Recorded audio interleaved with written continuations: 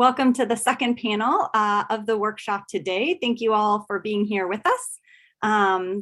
Before getting into our panel, I just want to remind everyone about the structure of the general workshop today. So in between each panel, we'll be taking 15-minute breaks and in between our keynote.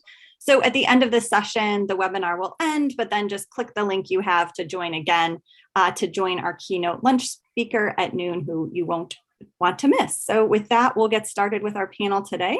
So thank you to all the panelists for joining us. This panel is going to explore the intersection of climate and insurance. As the risk of climate extremes continues to grow, property insurance for these extremes is going to become ever more critical in order to secure financial resilience for households and businesses. Yet these same trends in climate are also raising questions of continued affordability and availability of insurance. That's led to some innovations in the types of products offered and also in business models. But we're also going to see impacts on other lines of insurance like health coverage or liability coverage in response to climate impacts and also in response to the transition to a low carbon economy. And that's an area where the insurance sector can play as well in helping support decarbonization and not just adaptation. So lots of topics to cover today. And I am very pleased that we have such a great group of thoughtful and insightful panelists to explore all these issues with us. I'll just briefly introduce them. I'm not going to spend time on long bios so we can get into the conversation. But we have Francis Bouchard with us. He's the Managing Director for Climate at Marsh & McLennan MMC Advantage. We have Robert Muir-Wood, the Chief Research Officer at Risk Management Solutions. Isabel Santanak, the Global Insurance Lead for EY, and Swenja Serminsky, the Deputy Director and Head of Adaptation Research at the Grantham Research Institute on Climate Change and the Environment at the London School of Economics. So again, thank you to all of us for joining us. So the way that this is going to be structured is I'm going to ask the panelists some questions, give them all time to answer, and maybe even comment on each other's responses if they want to. And then towards the end, we'll open it up to questions and discussion with those of you listening. So please feel free to put your questions in Q&A whenever they occur to you, and I'll be moderating that and paying attention to them. If you do have questions, please put them in Q&A and not the raised hand so that I can make sure that I see them. Okay, so to get us started, I wanted to first invite each of the panelists to look backwards and to look forwards. And so I wanted to ask you to share reflections on how the insurance sector has engaged in the climate change issue the past few decades, really, and then share with us what you think are the most pressing issues today and what that means in terms of where we're going in the future, in terms of market impacts, new directions or innovations, sort of whatever you think is high on the agenda for where the insurance sector is going to be intersecting with the management of climate risks. And I'm going to ask Swenja to start us off with some reflections on those topics. So Swenja, I'm going to turn it over to you now. Thank you so much, Caroline, and hi everybody. It's it's great to be here. I'm based in London. It looks very grey and dark out here, but this afternoon is sort of highlighted by this workshop. So really pleased to be here. Yeah, I'll share a few initial thoughts, and I guess from where I'm sitting. So I used to work in the insurance industry, and now I have the sort of freedom, the academic freedom of actually looking back, but also pointing out where I see, opportunities, but also challenges for the sector. So just a few points. So I guess the starting point is, it's not really a new topic for the sector. And, usually I do this, guess the date of this publication exercise that you can see there. I mean, just read the title. Still a critical issue. We don't have time to play this game, but I'll just share it with you. So the publication is from 1997. And, just take that in, 1997, Swiss Re wrote that and was asking, it is still a critical issue and we still need to do more. So I guess, that's a good starting point to say, well, where are we and what has happened since? And I guess one point I want to flag here is, and actually it applies both to the adaptation, but also I think to the mitigation side of climate change. We remain inherently reactive, and despite best efforts and commitments and also efforts from the industry to make sure that we're actually getting more,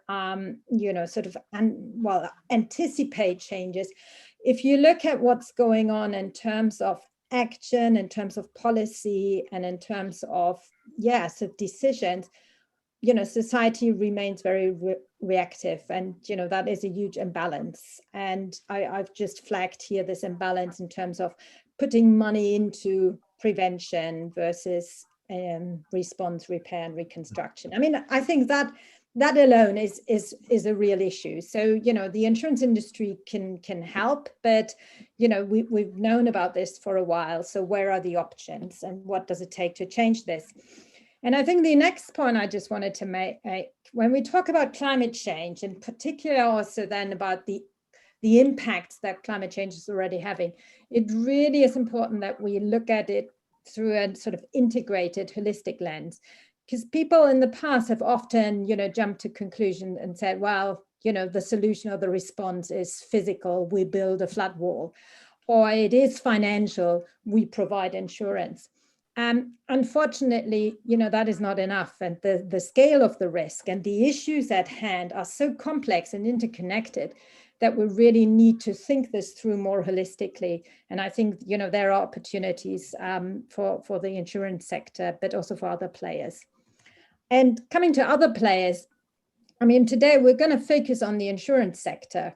But, this is obviously a challenge that applies across the board. And there are many decisions being made, basically as we speak, that put us onto, I call them sort of risk trajectories. So, decisions about where we build, how we build, what kind of infrastructure, what kind of business models, and so on. And, insurance often comes at the end, when something is already there, when something has already been implemented, and then people want to cover it. And I guess the challenge is, can we turn this around, and can we use also the knowledge, the skills, and the insights from insurance to inform this whole process? Because, otherwise we're always kind of trying to catch up with risks that have been created. And then final point, I guess I'll just leave those there for also for later discussions. I think there are some really important strategic questions, under that sort of heading, sustainable insurance, which touch both on climate impacts, but also climate mitigation. And, just to throw one point out there, it's this idea of building back better. I mean, insurance repairs, why can't they be done in a low carbon, climate resilient way? And I know this has been going on for a long time. I was working for the Association of British Insurers a long time ago, and we had the same question. So, can we actually come to a solution on this? And, other points there that we might want to catch up later on in the discussion. So, I'll leave it at that. Thanks. Thanks so much, Svenja, for those helpful comments and getting us started. A lot there and a lot of great questions for us to circle back to. Let me now turn it over to some of the other panelists to share their backward and forward-looking reflections. Francis, you want to go next? Thanks, Caroline. Let me start by saying this is my third day with Marsh McLeod. I can't even say it yet, right? What I say here is very much my own words, and let's keep it that way. And I think looking back, it's funny, we started with 1997. I can go a year further back. It was the presidential election, 1996, and Clinton and Gore were running for re-election. And Al Gore was emerging as a climate voice and an advocate for the topic. And he was going around the country citing this guy named Frank Nutter at the Reinsurance Association about the impending issues that were coming from a changing climate. At the time, I was the head of federal affairs for the Reinsurance Association. So it was my job to be up on the Hill talking to a new Republican Congress about this issue and trying to distill kind of this warning signals that were being sent up into a coherent set of policy recommendations and messaging around climate and disasters and affordability and whatnot. I'm not sure I succeeded, Carolyn, because we are still having those discussions. We are still trying to develop a narrative, a policy narrative, a messaging narrative that really positions and leverages the insurance sector the way it can and should be. So to kind of fast forward, because I'm not sure a lot changed in the last 25 years in terms of our engagement on the policy side, I think where we stand today, it's pretty exciting. I mean, I think the industry is on the precipice of kind of redefining its relevance to the climate topic, because I have never seen in my 30 years or so of experience in the insurance sector so much excitement and so much interest in what the insurance industry brings to bear on this topic. It's not just the data and the analytics, it's the finance, it's the alignment of interests, it's the knowledge. I mean, Sven, you rightfully talked about skills and capabilities and finance. All of those are precisely what's needed today to help companies, individuals, countries, communities through a lot of these challenges. And I think the insurance industry is being brought to tables and being asked to participate at tables that it never was before. So I think where we are today is an incredible, almost historic moment of being able to kind of lean in and kind of redefine again the role we can play and the impact we can have.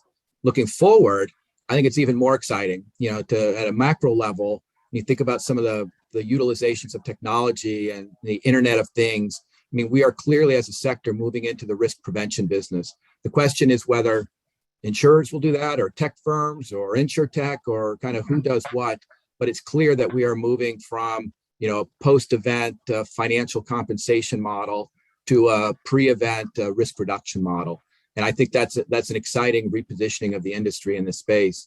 And then you look at some of the innovative ideas that are coming out. And Carolyn, I would give kudos to you in the Risk Center directly for examples of really innovative new approaches that are taking some of these new tools the industry has to solve some of these problems. So, the work that you've been driving in New York City, really to leverage the power of parametrics, but to bring that to a community, the low and middle income community that probably hasn't benefited too much from insurance innovation in the past.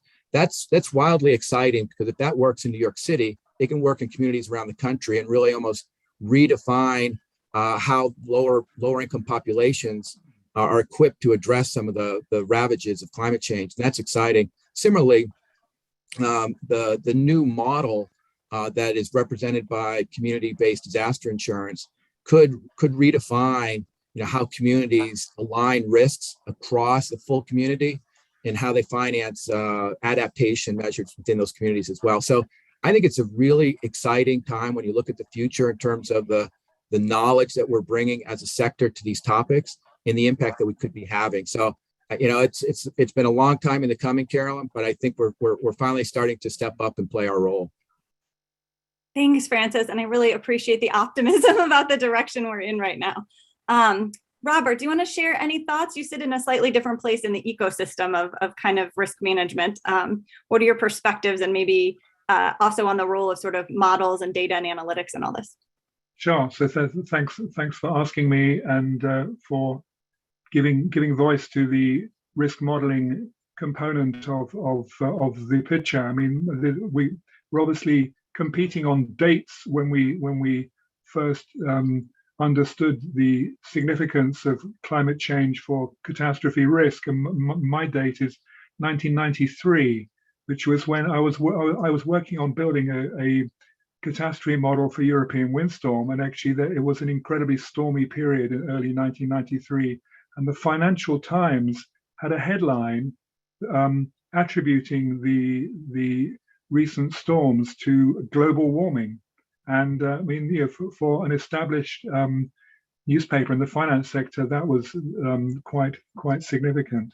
For me personally, I mean, I got increasingly involved. I actually got involved as being a lead author as part of the IPCC fourth assessment report. And the way I got involved was through discussions and finding out that actually the IPCC have a very clear idea of how to think about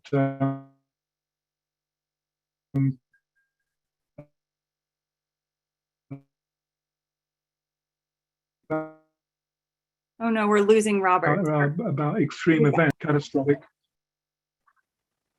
The challenge, or I hope my internet connection is still unstable. We lost you for a second, but you're okay now. We're back. Okay, I was just saying I got involved in the IPCC as a lead author on the back of working on catastrophic risks, and actually one innovation which was key to this period was what is called climate attribution studies, which now happens after every catastrophe, that a model of the climate will be run with and without the increase in greenhouse gases since 1950, and we'll find how probable a particular extreme event is with and without the increase in greenhouse gases. And that RMS, the company I work for, was actually, we sponsored the first research on this area back in about 2003, when we were actually looking at a period of intense windiness and floods in the UK, and actually seeing if there was a climate change signature. And subsequently, the attribution studies have been very widely used, in particular for heat waves, floods, the wildfires in California, and now within 2 or 3 weeks of the occurrence of any extreme, we do have a picture of actually how much more likely this particular event has become as a result of pre-existing increase in greenhouse gases. And we also see very, very quickly that actually we now have events which are really almost improbable, that they could not happen without climate change. So some events like the sequences of wildfires in California after an extraordinary drought, even the flooding of Houston by Hurricane Harvey in 2017, these are events which will be sort of increasingly improbable of occurring without the climate change which is already underway.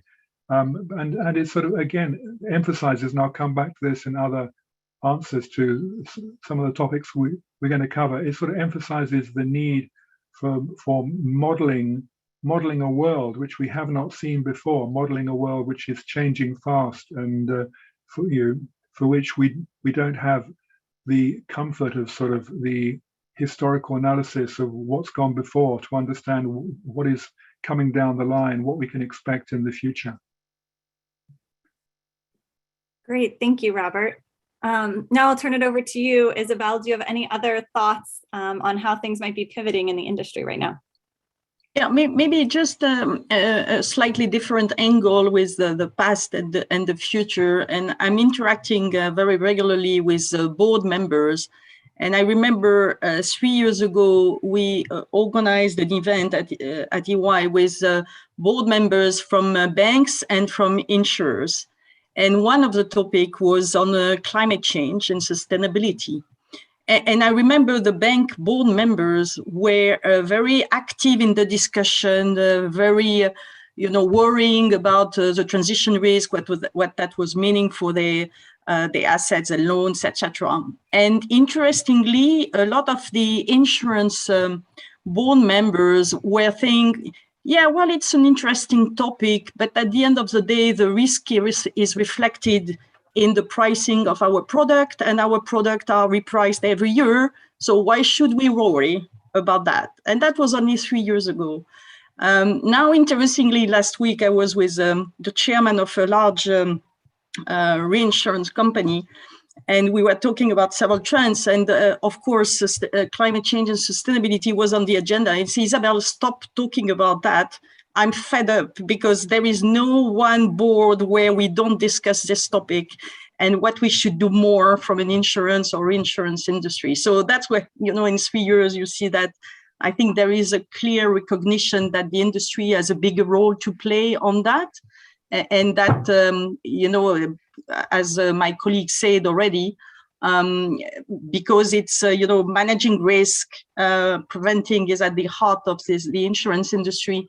I'm also very optimistic that there is a lot to do. And we see already a lot of initiatives, not just to say the recently officially created Net Zero Alliance for Insurers, a lot of innovation coming, etc. So I'm also very optimistic about the future.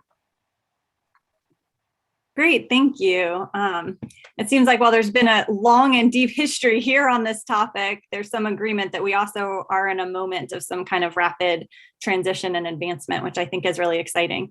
And I'd like to delve into more of those changes in a few minutes. But I first wanted to ask you all to zoom out a little bit and maybe offer some perspectives more broadly on the role of insurance in society and particularly related to climate extremes, sort of why it's important that this sector deeply engage here. And also maybe if you see that role changing or evolving as climate continues to worsen. Isabel, do you want to lead us off there? Yes, thank you. Well, I would say that, you know, when you look at the purpose statements of many insurers, protecting the society or contributing to build a better world is really very important. So most of the companies have that in their purpose statements. And so I think the industry is facing quite an interesting and complex equation, because protection becomes a challenge when you see the increasing cost of the natural catastrophe, and that is not going to change, unfortunately, when we see what happened also in 2021. So for me, there are maybe three key aspects that the insurance industry can tackle certainly better. I would say the first one is education. How can the insurance industry contribute more to educate, you know, the society as a whole about what impact has the climate change and how severe it can be for you personally or for your business. And we see some insurers, you know, creating some new services to help, in particular, SMEs to better understand their risk around climate change and see ways of better protecting their business. But, you know, it's interesting when you discuss with some insurers who are really amazed to see that people who are living in very risky areas from a catastrophe perspective, continuing to rebuild their home at the same place, and then not understanding why it is so costly to insure their house. And so education for me is really important. The second element is resilience. And I think some of my colleagues talk about that before. But how can the insurance industry contribute to build better resilience infrastructure? And that's where, you know, again, the insurance industry cannot act on everything and cannot protect against the climate change by itself, but there is a need to really also maybe educate more societies, you know, cities, governments to ensure that we prevent more, and so we build more infrastructure for resilient infrastructure, and the insurance industry can invest on that. You know, the insurance industry is a big investor, so they could direct some of their investment on funding those infrastructures. And I would say the third element is how to be more innovative in the products that the insurance industry can offer, because it's true that on many aspects, you know, selling the protection becomes unaffordable. So how the insurance industry can innovate to propose some products which are affordable in order to help people to protect better against climate change. Thank you. Does anyone else want to weigh in on this one? Sonia, did you? Yeah, go ahead. Yeah, I mean, I completely agree. And, you know, it's society's risk manager, you know, that the role of that. But I usually distinguish between, you know, there is the risk management and underwriting role, there's the advice role, and there's the investment role, because, you know, the way insurance is, you know, sort of established, obviously, you know, it plays a huge part in, you know, investing, well, in you know, that is like a fundamental piece of the insurance equation. So I guess, you know, the notion of what is happening on the investment side when it comes to climate and climate risk, but also, you know, sort of mitigation efforts, and that's an important point also to consider there. Yeah, thank you. Francis, Robert, do you want to weigh in on this one, or? I guess I would go ahead, Robert. Robert, go. Okay. Thank you. So yeah, I mean, this question of how insurers should function most effectively and it has to be in and in alliance with government institutions. I mean, and it should be driving action to reduce risk. It can't simply insure everything. But it can be part of the solution in actually getting that investment to drive down risk to the point where insurance functions effectively. And we're going to need so much more of this. I mean, we see early versions of this. We saw the version in the UK when the insurance sector actually said to the government, look, we won't continue to insure for flood unless you invest more than a certain critical sum in flood risk reduction every year. And at some point that ran out. We see the situation in California where insurers may not be prepared to cover the fire risk of certain communities because they see it simply being too high to be insurable. But they can be part of the work to identify what actions are required to bring that level of risk down to the level to where it is once again insurable. So I think we're going to see this. We'll need to repeat this pattern again and again as climate changes, as disaster occurrence increases in different territories for different classes of disasters. We will need to see this joint focus in adaptation. Carolyn, I guess what I would add is I go back to your question about how do we define our role? And I think there are lessons. I'm not sure I know exactly what those lessons are, but I think there are lessons to kind of stack up, our role on climate exposure with our role on cyber exposure and our role with pandemic exposure, for example. So pandemic, it's not really on our balance sheets. And let's see what happened around the world with businesses and individuals when insurance wasn't there to really provide assurance about how to move forward following an event. And I think there's a good industry debate about what role we can or should be playing on the pandemic side. On cyber, we have clients coming to us, begging us to put it onto our balance sheets. And I think as an industry, we are doing so, but not in large quantities. And probably the value is much more, going back to Isabel's point, on the education side about really working on what is the hygiene of a good cyber protection, cybersecurity space. And you see most of the leading carriers partnering with a risk mitigation, a risk awareness kind of strike force type of capability. That's an immense value. And I think with both of those, you stack those up against climate where, as Robert rightfully said, this is on our balance sheets and will it be profitable going forward? So I think there's something to be learned, and maybe, a good Ivy League institution might be able to figure it out at some point about what those lessons are. And is there consistency in the role that insurance plays across these highly complex, interdependent societal risks? Yeah, I think that's a good point and a study to be done.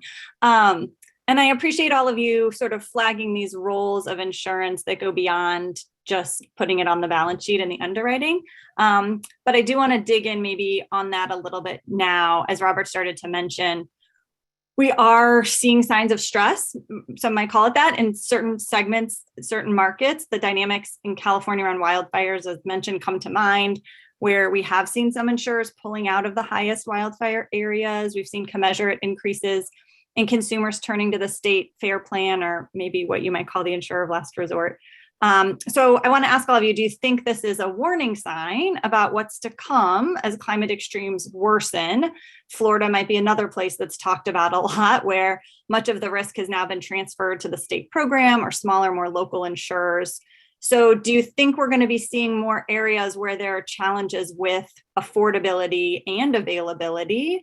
And if so, what policies could help hold this off or maintain stronger markets? Are there new models, sort of innovative products? Or what does this mean for our public insurers who actually have a very dominant role in a lot of these climate-related risks? So big question. Francis, do you want to turn it back to you to start with that one?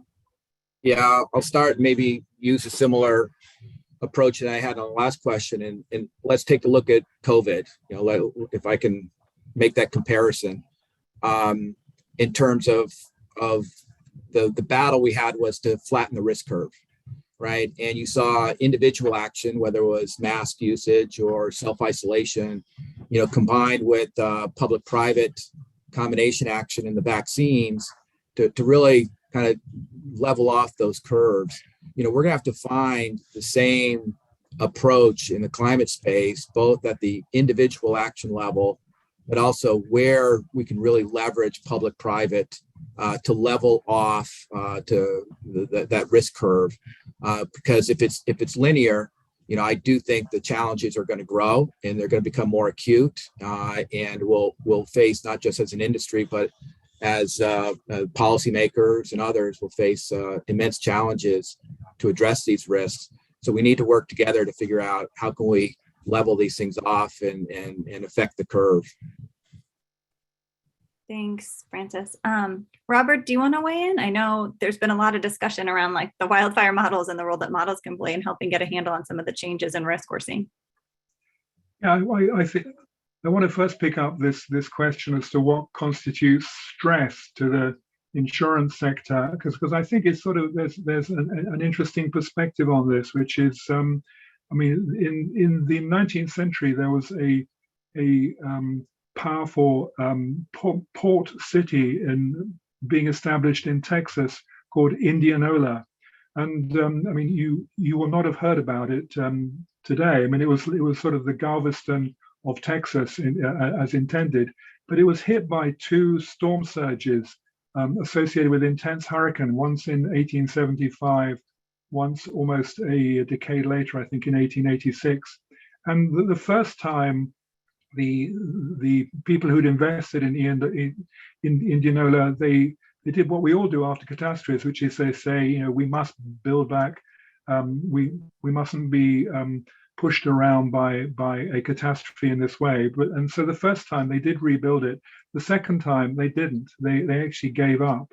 And it's this two strikes and you're out, I think, is a sort of feature of understanding what stress looks like for catastrophes. I mean, it's sort of in California, if we just had one really big fire, it would be put down to chance, to an extreme, an unusual event. But when you have two or more, it becomes a crisis in some way. And actually, I mean, one way of thinking about this crisis is there are lots of places which have had the first hit. I mean, I did work in the Cayman Islands after Hurricane Ivan hit the islands in 2004, and at sort of almost peak intensity, at sort of almost worst track. And the insurers were saying after that actually that they were prepared to continue to insure the islands then, but if that happened again, they would withdraw. And actually, there are a number of places which have had their first hit, and if they had their second hit now, this would be really severe stress. I mean, a number of islands in the Northeast Caribbean which were hit by the hurricanes Maria and Irma, for example. I mean, if that hit happened again, as is quite possible, I mean, and you might say it's by chance, but it may also be a higher incidence associated with climate change. I think anticipating the stress, I mean, the reason why we model risk is to look at extremes and sort of understand that they are out there, they have the potential to occur, even though we may not have seen them yet. I think anticipating the stresses, I mean, I think in California, the stress is already there, but there are other places which if we had events now, I mean, if New Orleans should be flooded again, for example, I think that would actually curtail development in the city. I mean, it's obviously been protected by big flood walls, but we've seen other communities which have been hit by Hurricane Ida this year, like Grand Isle in Louisiana, which had also been hit in Katrina, which I think are simply not going to come back. I mean, I think that at that point, people tend to give up and walk away. And so I mean, the reason for discussing these incidents is to understand what really constitutes stress or a stressor as a consequence of an extreme event, an extreme catastrophe, which really is going to test the resilience of all sorts of communities in terms of that of insurance itself as functioning in and providing coverage. Thank you, Robert. That's really helpful framework. Yeah, Sonia, you want to go ahead and jump in? Yeah, I mean, I usually say, look, we need to distinguish between the, the cause and the, the symptom and the cause. And in a way, the stress that we're discussing here is a symptom of underlying problems and underlying resilience gaps. I call it resilience gap because, before we actually talk about whether there is insurance available or insurance is too expensive or, suitable. I think, that's the next part of the discussion. But first of all, it's really this question about, how are risks being managed and what is the resilience at hand? And insurance can play a role in that, but often it's kind of separated and you think, okay, what we need is an insurance solution. And I think, that there's sort of a wrong mindset. And I guess, in my view, in areas where we have insurance at the moment, the challenge will be, to sort of maintain, affordability, but also, distinguish between, at what point does the state sort of step in, and in many places that switch has already happened. And insurance is also a fairly resilient model because it has this 12-month cycle. And for insurers, there is an inbuilt option to revisit, their ability to provide cover. I guess the other bigger concern I have is around areas where no insurance or no financial protection exists. And, you don't have to go into developing countries, although that's also a big issue there. But, even, in the US, in the UK, in Germany, we really have a big issue around, non-insurance or underinsurance. And I usually say, well, we have this and climate change is not going to make that easier. So, I think kind of building up solutions where we're already struggling, that's really important.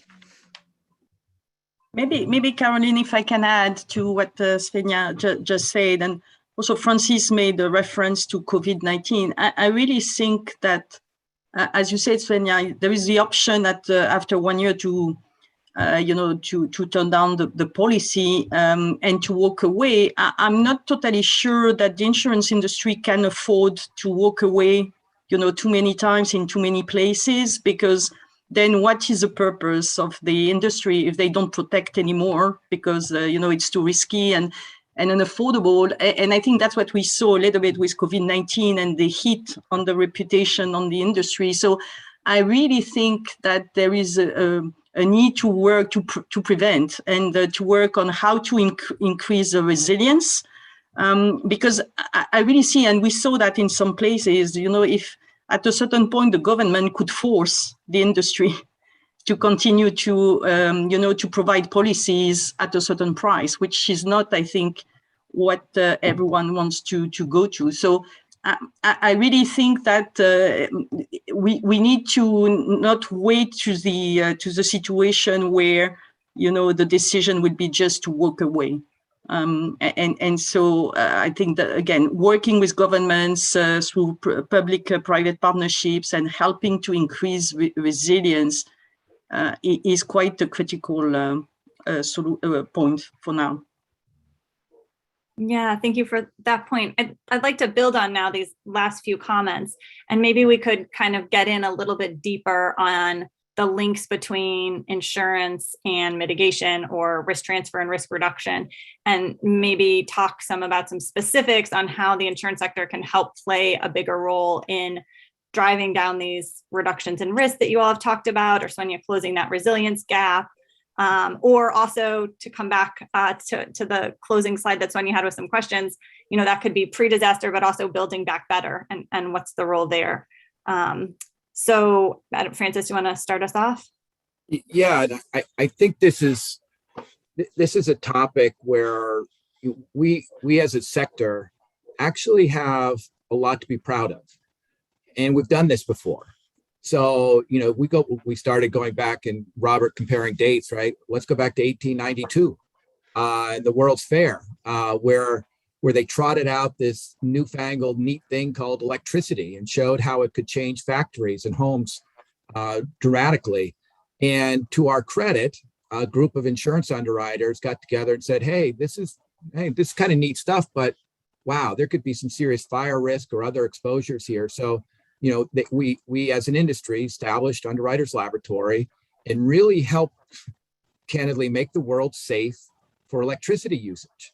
That's not risk transfer. That was a risk awareness and a risk mitigation and almost a risk governance role that we played at a critical point in this planet's history to allow the deployment of a technology that changed life forever, of course.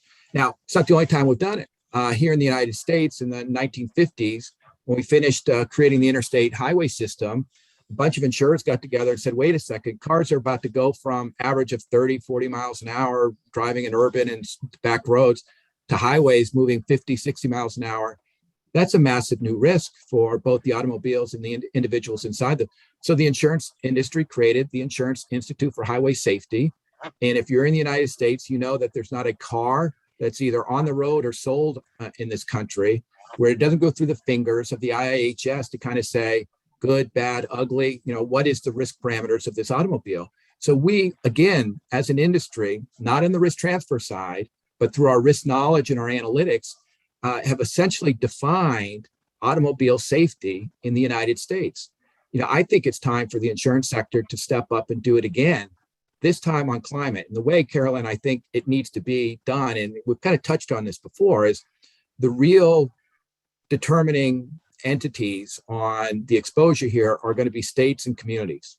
The tough decisions about building codes, the tough decisions about development, the tough decisions about forced migration of people out of harm's way. Those are all local decisions in the federalist system we have here in the United States. So the insurance industry, I would argue, should be focused on finding new ways to engage with those local decision makers on what the risks are, how are we going to manage those, and what are the consequences of not taking action, right? So Carolyn, I think the role that we play on risk transfer cannot be understated, and it's our core. But we have shown in the past our ability to transcend that and to take the knowledge, the skills, the capabilities, the understanding we have of risk, and deliver that in a totally different way that fundamentally altered society's perception on a risk. So, I think we've done it before, and I think we can and should be doing it again. Vanya, do you want to add anything? Yeah, I mean, I completely agree. And I think that's the way to go. I would just flag that, I guess, maybe being the one on the panel who's not currently working in the sector, there is also, I guess, a trust issue, I think. And I think the industry needs to be also quite careful there, because I mean, I think I've seen many missed opportunities, and I think, the industry has so much to offer, but, the sort of trust, particularly also when it comes to governments. I know that it's immensely frustrating. Government and policymakers often don't understand how insurance works. And, I used to be an insurance lobbyist for the association, and that was basically my job, to explain how it works and how it doesn't work. And it can be hugely frustrating. So, I think, we also need to make sure that actually the limits of insurance are understood. But I guess at the same time, if you maybe peel away some of the leading companies who are really out there and who are doing a lot of good stuff, and you're looking at, the big body of sort of mid-sized and smaller sized insurers or brokers, I mean, for them, this is a new topic. Some of them haven't actually done anything on it. And I guess, that's where I think, a real shift has to happen. And that's why also, they're often closest to customers and to individuals and to communities. And I think unplugging that and making sure that we see this sort of relationship and also establishing more trust into what insurers are doing, I think that needs to be part of that strategy. Great, thanks. Robert? Well, I mean, I will pick up on one issue, which is, I think that there are a lot of positivities of campaigns, organizations that the insurance industry has been involved in the past around risk reduction. And it will be, it's a very interesting idea, as Francis suggests, to transfer this to think about issues around climate. I mean, I think one challenge is around property insurance, is that anything that alters the understanding of the risk, which has the potential to impact a property, will affect its value and can affect its value quite critically. And actually, it's a very difficult thing for a government to take action which is going to devalue the price of your house. We see this, for example, in the US around the 1% annual probability flood zone demarcation undertaken by FEMA, and the challenges it receives that when they try and roll it out for a new flood zonation or for a new community, they get a huge pushback against the idea that actually people's properties could fall within the 1%, the 1 in 100 year flood zone, and for good reason, because there are studies that show that if you end up in the flood zone, your property will be worth less. You'll not be able to sell it at such a high price, and that reduction may be as much as 10% of the value. And we see situations. There have been quite good studies now showing that the pushback against FEMA imposing new flood zones is such that a wealthy community is much more effective at actually making the pushback, and more than 80% of the time they succeed in getting FEMA to change its location, almost always to the benefit of homeowners in that community. So, and this tussle is is rather fundamental, because so much is at stake around the link between risk or shifts in risk with time and property values. And I think we can expect much more of it, and it actually makes attempting to find a simple way forward in terms of information gathering to assist in understanding about climate change. It makes it particularly challenging to those communities most impacted, whether they're in southern Louisiana or southern Florida or in the forest towns in California. This is really challenging stuff. People are going to push back at any attempt to raise the perspective on the level of risk. We've certainly seen that. Isabel? Yeah, maybe I would like to go a little bit further on the concept of trust that Senya was bringing forward. And for me, that requires, more and more transparency and reporting. So how do you explain better what you are doing or what you plan to do to protect more against climate change, or to invest more in resilient infrastructures, etc., or to take some commitments on your underwriting policies? And I think that is a very important element going forward, is how the insurance companies can really tell a story to the society on, again, what they do today and what they're planning to do tomorrow. And when I say tomorrow, I think it's not in 2050. I think they need to have a much more granular journey that they are able to explain. And one good or positive announcement which was done at COP26 was the creation of the International Sustainability Standard Board, ISSB, under the umbrella of the IASB. And I hope it will create, much more consistency and standardization about reporting on those topics. And clearly there is more to do. I think there are some analysis, on how a better communication on this topic can impact your stock market, how the rating agency take that into account, how investors also take that into account. And I think the insurance industry still has to find the best way to communicate on those topics, because there are clearly some elements which are very specific to the industry. But that will contribute to the trust that Svenja was referring to. Yeah, thank you. Since you brought that up, do you have any other reflections on what happened recently at COP to share? We can go there for a second if anyone else does, or just that one. Yeah, no, it's a good transition. Well, maybe a very blunt comment, but for me, COP26 reflects a little bit the failure of the governments on, aligning on what should be done to fight against climate change risk. And also it highlights, the difficulties to align developing countries and developed countries. And the consequence of that is that it puts more pressure on the private sector, no doubt. So I think the lessons learned from me is how the private sector, and in particular the financial services industry, so banks and insurers, will be under more and more pressure on this topic.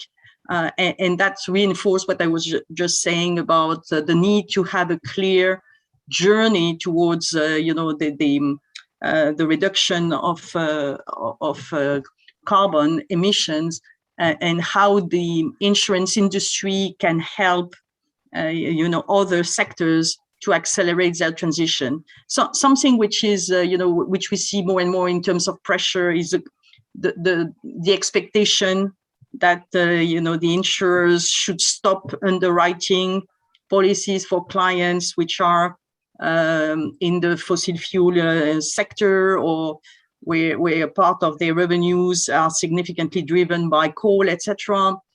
I'm not totally sharing this view, to be honest, Caroline, because I think it's a very simple view that, if they stop working with those sectors, things will magically change, and that those sectors will do something different tomorrow.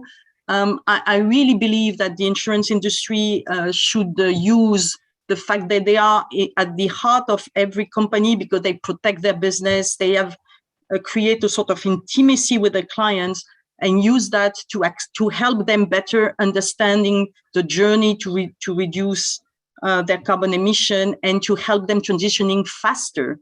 Because if they walk away, somebody else will jump in. And we need to recognize that in some countries, the fossil fuel energy is the majority of the source of energy, and it will not change in one day. So here as well, I think the pressure is there, and it will increase.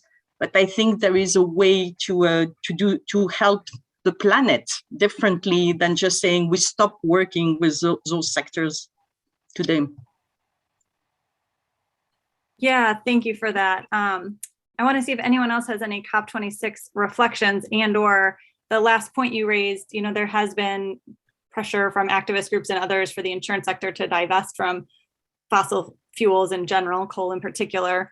But Frances, I know you've been thinking about broader ways that the sector can engage on helping drive decarbonization too. I don't know if you want to share any of those thoughts. Well, the thoughts are pretty straightforward. I mean, there are a series of new technologies that will basically be the tools of the transition, right? The building blocks of the transition within some of the hard to abate sectors. And some of those tools carry some pretty significant risk complex issues. So take, for example, carbon capture and sequestration. For that to work, you basically capture the carbon and then jam it back underground, sometimes for up to 100 years. What are the liability issues surrounding, that industrial process? Who carries the ultimate exposure on their balance sheets? That is an ideal opportunity for the insurance sector to come in with some creative thinking, a public-private partnership perhaps of some sorts. But we could take the risk issues off the table for the large-scale deployment of carbon capture and sequestration, because without it, I mean, even the IEA, the International Energy Association, the ones who kind of set the timelines by sector, I mean, they heavily rely on CCS. And is the insurance industry stepping up and playing its role of saying, okay, if this is going to be one of the key technologies that facilitate everything from steel and cement to manufacturing, oil and gas, you name it, transport, to meet their 2030, 2050 targets, are we stepping up and playing our role to say, okay, we will figure out the risk issues, we will figure out the liability exposures, because that's, if we don't do it, I'm not sure who is going to do it. So, Carolyn, if you kind of go down the line and look at some of these, critical cross-sectoral type of technologies that are going to be really the impetus to meeting some of these highly aggressive transition targets, we should be digesting them from a risk perspective and really stepping up and playing our role. I see that happening in the finance space. So maybe go back to Isabel's observation about, banks and insurers 3 years ago. I see a lot of focus on financing of these new technologies. I have yet to see kind of a concerted collective effort at looking at the insuring of these technologies. So certainly, I think that there's a highly constructive, positive role that the insurance sector can and ultimately will be playing, in facilitating the transition for sure. On COP, I would echo everything Isabel said. I just make two observations perhaps. So, in the United States, I suspect that we would be viewed as a country of not having committed enough in Glasgow, but probably having committed too much from a Washington perspective, meaning domestic politics and global politics are not matching up here. And it's not just in the United States, it's in other markets as well. So there's a lot of, I think, alignment that needs to happen on the policy front in respective countries before there's real meaningful agreement and progress at a multilateral level. Then the last point I'll say, to maybe contradict myself, I'm not sure here, Carolyn, but I took away from this the agreement to continue or deepen the discussions between the United States and China as perhaps one of the more encouraging pieces out there. Because if those two markets, those two economies can actually agree, for example, on some type of cross-border adjustment mechanism, to essentially impose a carbon tax of sorts without disadvantaging their domestic markets, that could be monumental in terms of moving things forward. So the potential of a U.S.-China discussion on climate, to me, is something that could be quite positive. Thanks, Francis. Does anyone else want to weigh in on? Yes, Sonia, did you want to go? Yeah, just briefly on that. I mean, I agree with Francis on the technology side, and I don't think, that insurance should be a barrier or hindrance for these technologies. And I think there are actually really good success stories also where insurance has actually worked and supported these new technologies. But I mean, let's come back to this question of, this is not a new topic. And in 2005, I joined as a graduate Marsh McLennan, and one of my sort of projects was to find an insurance solution for carbon capture and sequestration. And, it wasn't rocket science. And I think, I managed with a few experienced people, we came up with one. Well, guess what? I mean, governments were not interested. And, you could say, well, the time wasn't ripe and, it sort of ended up in the drawer. So it's quite interesting to now sort of see, I mean, quite a far stretch, quite a long time has happened. And the question is, can we can't afford, waiting for these solutions again for another, 15, 16 years. So I guess, looking at COP, you come back and you think, wow, the private sector is undergoing a revolution. I mean, all these commitments, and it's really great. And, I really, really think, that there are some big shifts ahead. But at the same time, I also know from a sort of science and research perspective, how challenging this is and what this actually really means to achieve these commitments. And when you say net zero, what does this mean? And what changes will that require? So, I think we really also need a lot of transparency, and there will need to be a lot of hand-holding in this.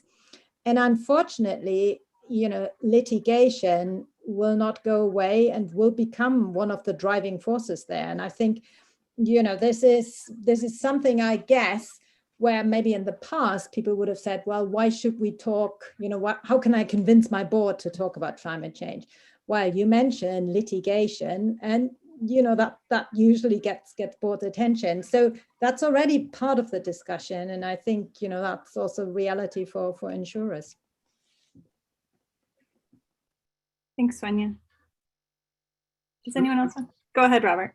Yeah, so I mean, one reflection on post-COP, I mean, one reflection I've taken away is, I mean, it was part of the discussion at the Wharton Risk Center yesterday about the parallels between the pandemic and the situation around climate change. And I think one parallel is that in sort of modeling what happens in a pandemic, I mean, one feature which I had not anticipated was the way that a sort of renegade picture emerged of people who actually joined together to oppose action, you know, like being vaccinated or wearing masks, and actually, it's clearly become quite a big thing. This sort of renegade activity in response to government action, and it clearly, you know, around climate change, you know, we're also seeing the beginning of a kind of renegade faction emerge. Whether this is, you know, countries which are simply not going to sign up to taking action, or whether it's sectors of the economic community in certain countries which are simply going to try and refuse to participate. So sort of seeing that, you know, as I say, seeing these parallels, I think is potentially interesting, maybe instructive. I mean, one final comment on the carbon sequestration discussion. I mean, it is one area of carbon sequestration in forests is something which we already model when it comes to fires or windstorms blowing down the forest, so that the carbon credit could not be awarded. And I mean, in Sweden, the forests are insured in a way which actually already could become a model for many other countries. Great, thank you. I'm going to switch now to some questions that we've gotten from folks listening, but I just wanted to see, I think that point you made, Robert, about some of the challenges with risk management becoming political, which has certainly happened in this country and elsewhere. Does anyone else want to weigh in on that? I think that's an important topic, but you don't have to. We can switch to audience questions. We've gotten quite a few of them. Okay, I'm going to put two together here. And one is sort of this broader question on how we close the insurance gap. So we've been talking about the role of insurance, and I think Sonia, some other folks have mentioned, actually there's big gaps in folks who don't have insurance. And another comment in the Q&A also mentioned that there had been a pandemic insurance product available and no one was willing to buy it. So what do we do when there's a mismatch there between supply and demand? Anyone want to weigh in? Yeah, go ahead, Isabel.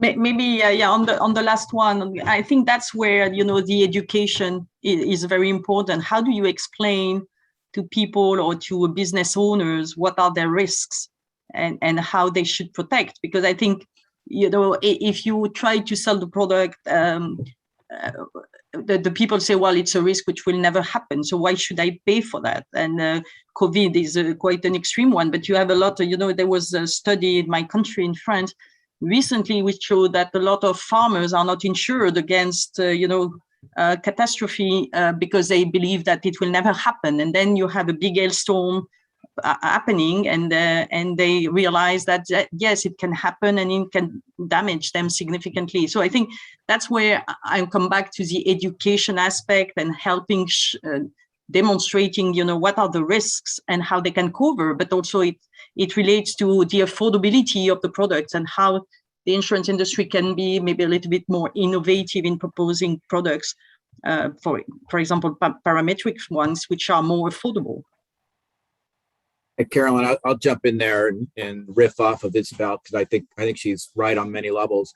You know, on the pandemic cover one, it's interesting. I think the industry has a tendency to you know, see a risk earlier than most others. We develop a risk transfer product, and if nobody sells it, we kind of move on, or nobody buys it, we kind of move on.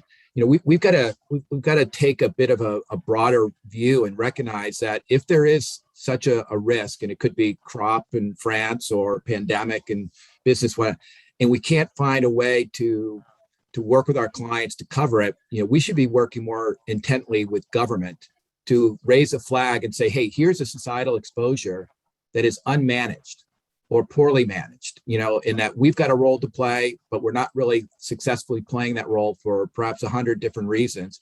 But we need to start, being a bit more, I think, proactive in engaging other stakeholders in understanding the risks that we can and we can't insure. And I think that's going to become critical. Back to your point about the gap, and I think Isabel, again, is right on the education side.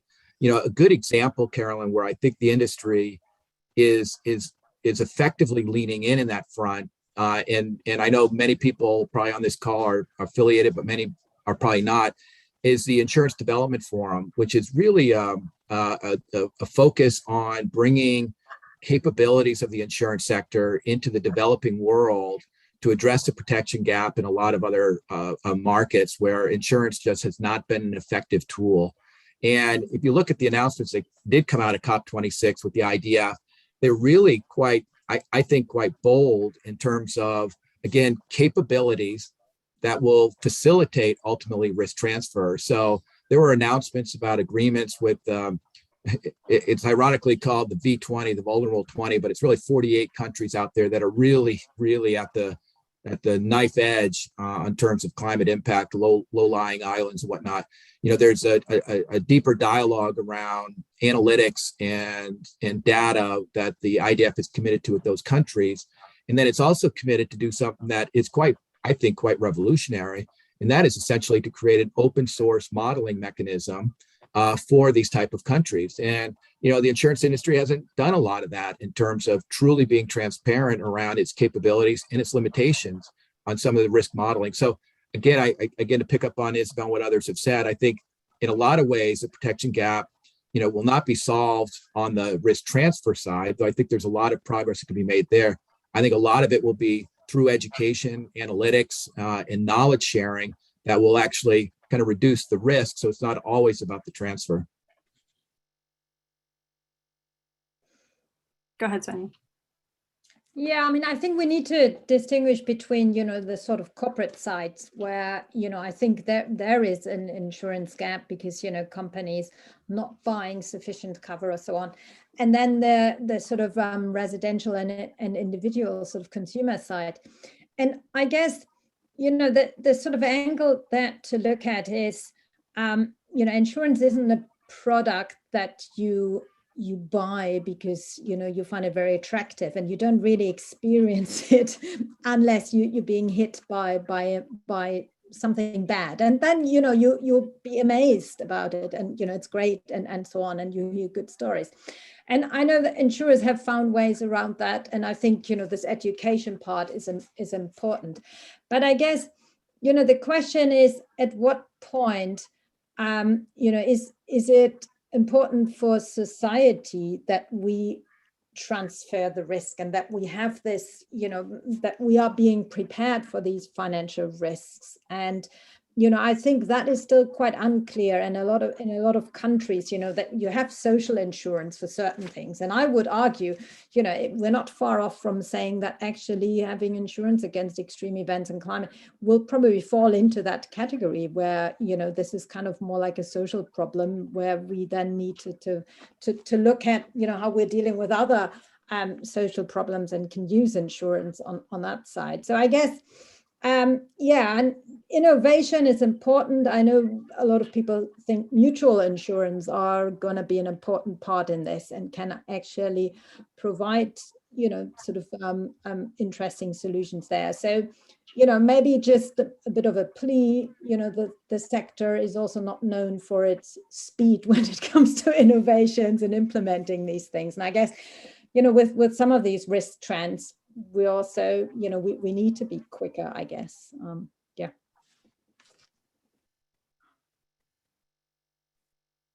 Robert, did you want to weigh in on that, or I'm going to throw out one last question? I think the protection gap, it is really sort of interesting why it doesn't seem to shrink. It doesn't seem to shrink over time, and actually, I know in thinking and talking about the topic, I think there are really three different protection gaps out there. One which you find in wealthy countries. The way that in California an earthquake, only 12% of people of homeowners actually buy coverage. So there's a huge protection gap simply because people don't like the product, or they think it's too expensive, or they think they don't need it.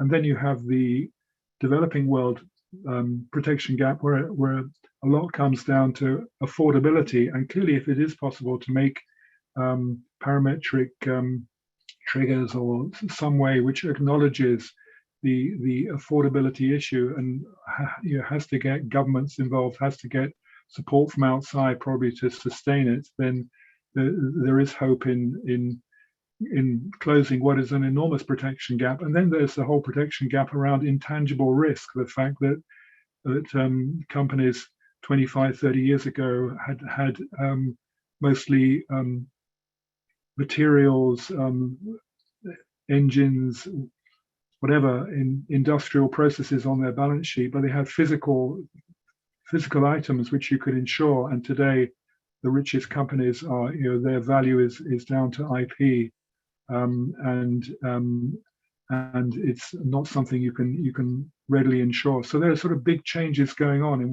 what is actually covered by insurance, which are happening really fast. This is why cyber has become such an important area today, really rapidly, in terms of how much value there's the potential to lose, because that's a reflection of how much of the value of companies around the world is actually intangible and is not covered by conventional physical policies.